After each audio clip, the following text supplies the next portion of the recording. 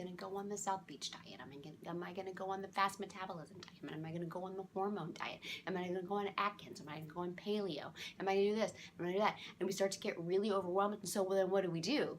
We don't do anything. Aha! See, there's the catch.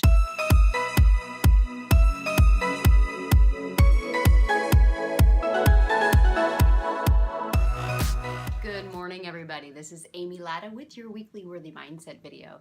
And I just want to share a fun little story that happened to me yesterday in the grocery store. See, I normally shop at Aldi or Costco.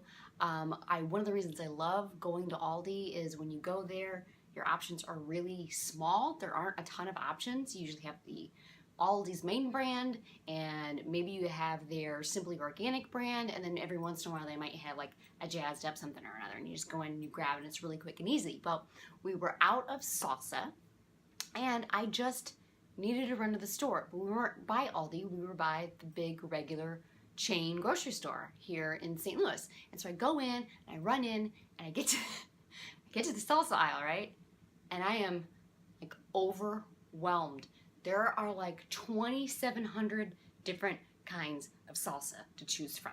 All the different brands, there was mango and habanero and pineapple, and there was corn, and there was black beans, and there was Tabasco this and tequila that and lime that, and that was just one brand. And then there had to have been like 27 different brands. And there I am standing in the middle of the Mexican food aisle in the major grocery store trying not to have a panic attack over salsa. I just want plain old like tomato salsa. Where can I get the stinking salsa? Why are there so many options? I can't take it. We like to think we don't want to be constrained, right? We like to think that we have all the options available to us, and then that's going to help us make the best decision. That's actually not true. It's not true at all. Our brain is so overwhelmed when we have all of the options out there, and it really struggles to be able to make decisions and to be able to move forward when everything is available to us. It's kind of like when you want to decide, well, what kind of diet do I want to go on? Am I going to go on the South Beach diet? Am I going to go on the fast metabolism diet? Am I going to go on the hormone diet? Am I going to go on Atkins? Am I going to go on paleo? Am I going to do this? Am I going to do that? And we start to get really overwhelmed. And so then what do? We don't do anything. Aha! See, there's the catch. Too many options is too overwhelming for the brain. Because here's the thing. All of those options in your life, whether it be food options, diet options, clothing options, it's clutter, and it creates so much chatter in your brain. And it's really hard to get anywhere when you're constantly having to make 15 different decisions out of 2,700 options. So if you really want to make progress in any goal that you have, whether it be diet, whether it be exercise, whether it be in your business, whether it be in your work, whether it be in your home, think about what is it that you really want to achieve. Be very specific about your destination. Be very specific about where you're trying to go. And if any options enter your radar that aren't going to help you get there, just brush them away. Don't worry about pondering them or considering them.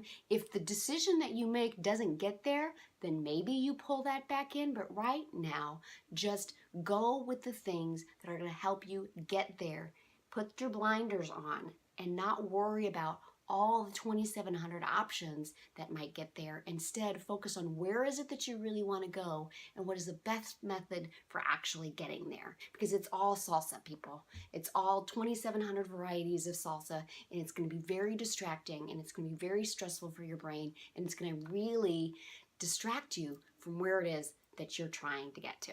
And if you really want to forge ahead with your goals, after you start applying these self-imposed constraints, follow one of my favorite basics of self-care, one of my top 10 basics, which is routining well. Start implementing routines into your day based on those constraints that you are following or that you're putting on yourself. And man, I gotta tell you, all that extra stuff, it just becomes chatter that you can just brush away. I don't have time for you because I have put these constraints down. I am routining well. I have my morning routine. I have my day routine. I have my evening routine.